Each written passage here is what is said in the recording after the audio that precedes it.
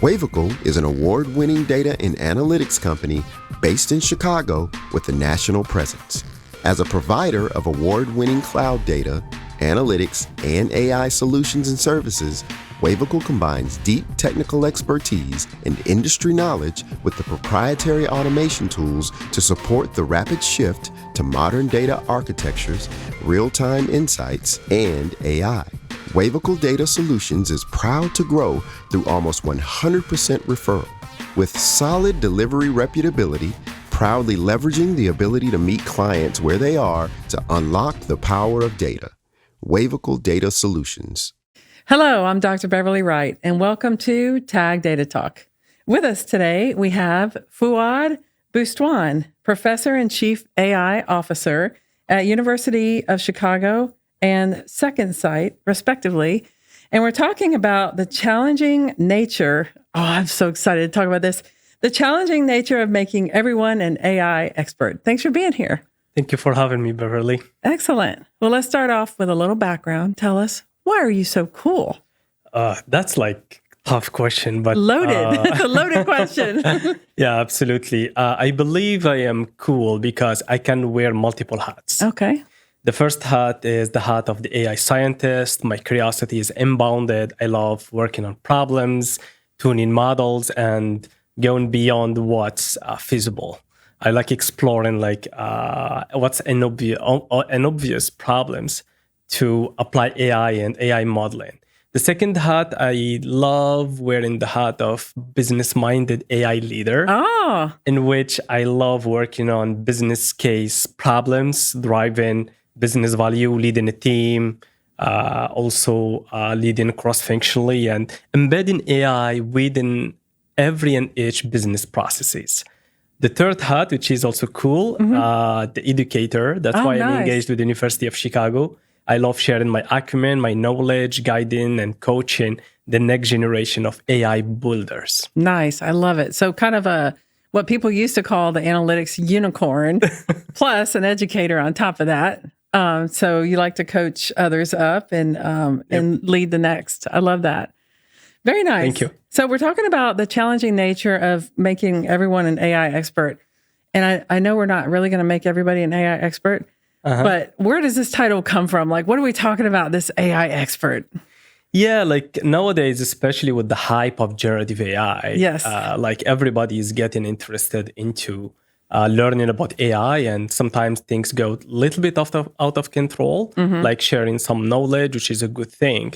However, we have to be cautious of the way we approach AI and who we identify as an expert AI or AI practitioner.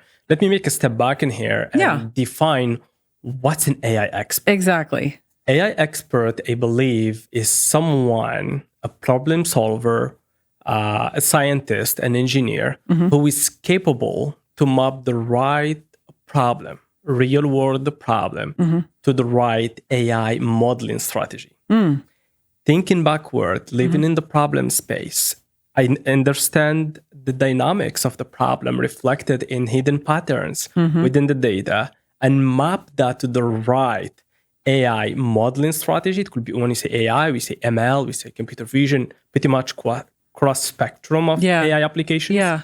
If somebody is capable of doing that, then has deep knowledge of how to solve a problem leveraging AI. And what I have seen also recently, it's a little bit scary, is lots of AI enthusiasts and some professionals are doing solutioning. They don't go from the problem to the solution. They start going from the solution to the problem. I see. Which can create pretty much suboptimal solutions. Sometimes some people are over promising to the business and the outcome is not as expected. And when someone gives this impression to the business partners, they will lose the trust in AI capabilities and applications. We have to be really cautious. LLMs are very cool. Tools are capable of lots of things. Yeah. But LLMs said it's a general purpose. Right. And they don't apply, you can't apply them out of the box vertically. That's why we don't say for each problem LLM can solve it. Right. Let's understand the problem first. Maybe a small, tiny model can solve it without going into the complexity of LLMs. The beauty of Occam's razor that nobody pays attention to because they want to do something cool and complex. Absolutely. That's true. If I'm hearing you right, first of all, you mentioned AI is a broad spectrum. This could be natural language processing. This could be computer vision. This could be predictive and machine learning. This could be LLMs, of course. And so it includes a wide range of possibilities. Robotics, maybe even. And then second thing you mentioned is to be an AI expert. Now, this is a very interesting definition because you're saying if you are able to hear the business problem, frame it, and know what is the potential solution, even if it's not necessarily an AI solution, but that makes you more of an expert. If you can understand the problem and then know what the solution is needed. Okay. Absolutely. And go beyond that, like map a problem to a modeling strategy, because modeling strategy doesn't drive directly the solution. You can go through multiple cycles of baselining, fine-tuning, and the first of all of these steps is enumerating solutions. Yeah. Having that mindset, it could be like organically embedded within your mental model, or it could be acquired knowledge that put you in that position of approaching problems from the lens of AI. Okay. And if I'm hearing you right, so my husband's a woodworker, and he goes to this place called Synergy Mill. They have all this stuff, and it's a community. It's way more than anybody could have individually, and so they all just kind of share this equipment. So if you're looking at a piece of wood and you're trying to turn it into something, you look at it and go, what are the tools I need to make this what it needs to be? mm-hmm. That's what you're saying. And the difference being that some people are walking in with a hammer and they're like, where do I hit it? What do I hit it? Where do I hit it? Right. Oh, we have LLM. LLM is really cool. Yeah, let's use it. Even before identifying the tools, you understand the nature of the piece of wood. Mm-hmm. That's how you can map it to the right tool. Right. What's the thickness? I'm not expert in this domain or field, but you need to understand what are you dealing with. Mm-hmm. And if you do an analogy with AI, with a problem that qualifies to be good problem for AI to solve it, you understand the data, the dynamics of the data, how the data looks like.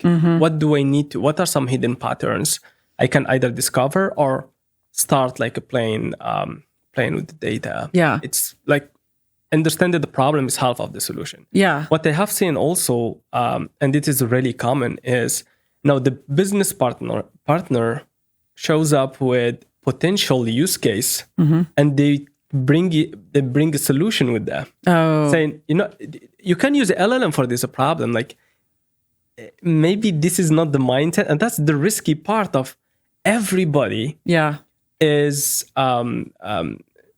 getting excited about AI, reading things about AI, but we have to be cautious on how to apply, when to apply, and which problem qualifies for which modeling strategy. Well, and I think a big part of what you're saying is just start with the actual problem. Absolutely. Don't start with the solution of like, here's what I want to use. I want to use this hammer. Yeah. And why do you think people are doing that? What is the driving force, no pun intended, behind we got to use this method, or I'm dying to use Gen AI. Help me use Gen AI.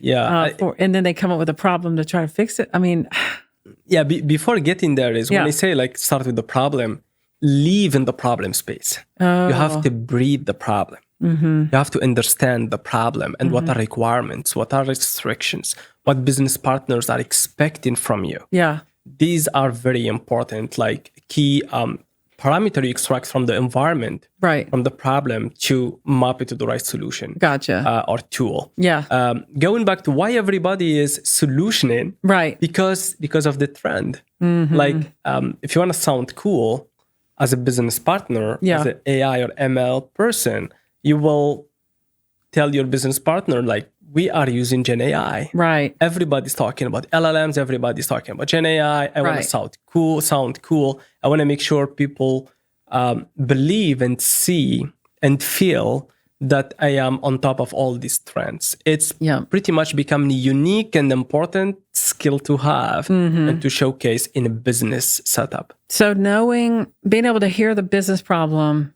and then they know how to push a button to use the method that they've already got in mind is not really making you an AI expert, is it? No. You're saying no. No. And going back to the woodworking example, I guess that explains why woodworkers are always like, oh, that's this kind of tree and it has a disease and here's how old it is. And all these things matter.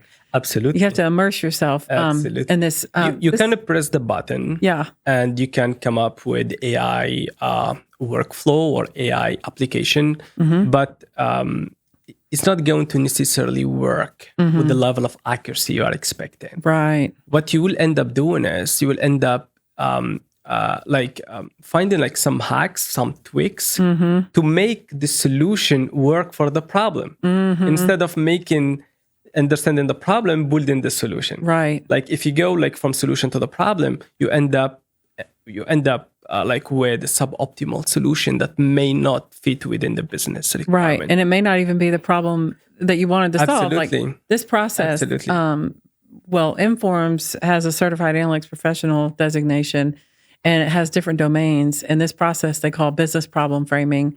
And then after that, they have analytics framing. And I felt like so many people aren't paying attention to it. I actually wrote an article on business problem framing.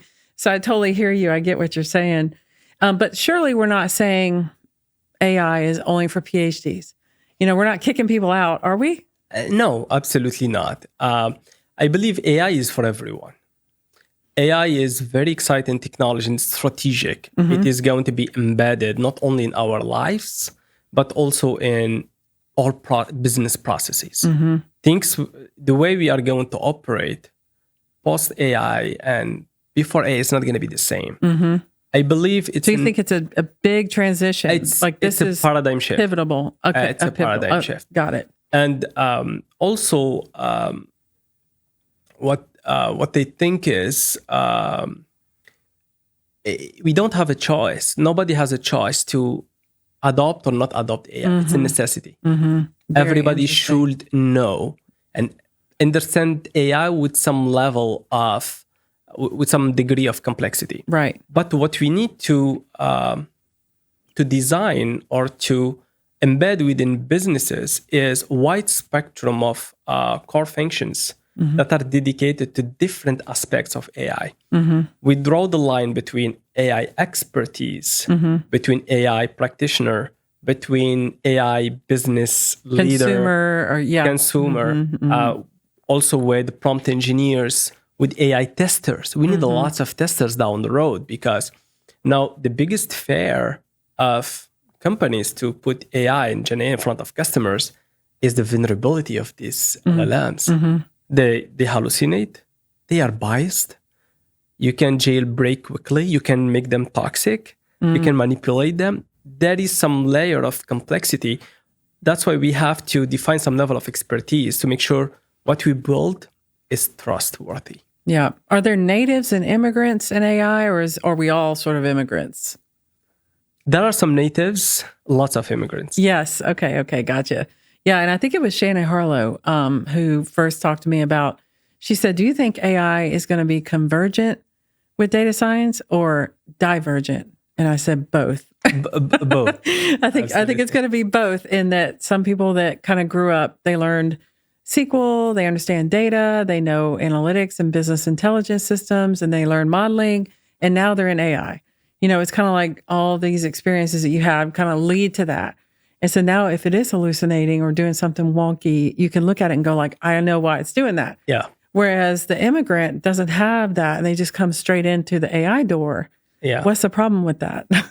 They won't be able to recognize. Absolutely. It's beside recognizing. It's if you look at like the landscape of AI nowadays, everybody's talking about vertical agentic AI or vertical AI agents. And what is a vertical AI agent? It's pretty much like autonomous entity that is capable to do like reasoning, take actions, and adapt with the environment, leveraging real-world context of the environment.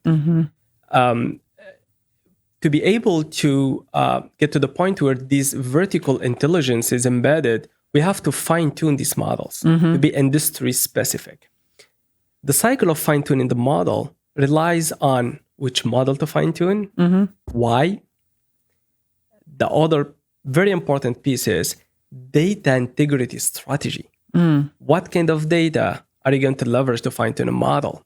And the entire cycle of fine-tuning, prepping the data, fine-tuning, human in the loop, alignment with the model and data, and also continual training requires in-depth expertise to make sure we hold this expert accountable, because the data we feed in the model, if it's reflected into some hallucination or the model is not making the right decisions, at least we know who did what, and to at least adjust what layer of accountability we have in place. It could be human accountable for the outcome of AI because the data is not good, is not well curated, doesn't embed fairness, or it could be AI itself because of the limitation of the machine.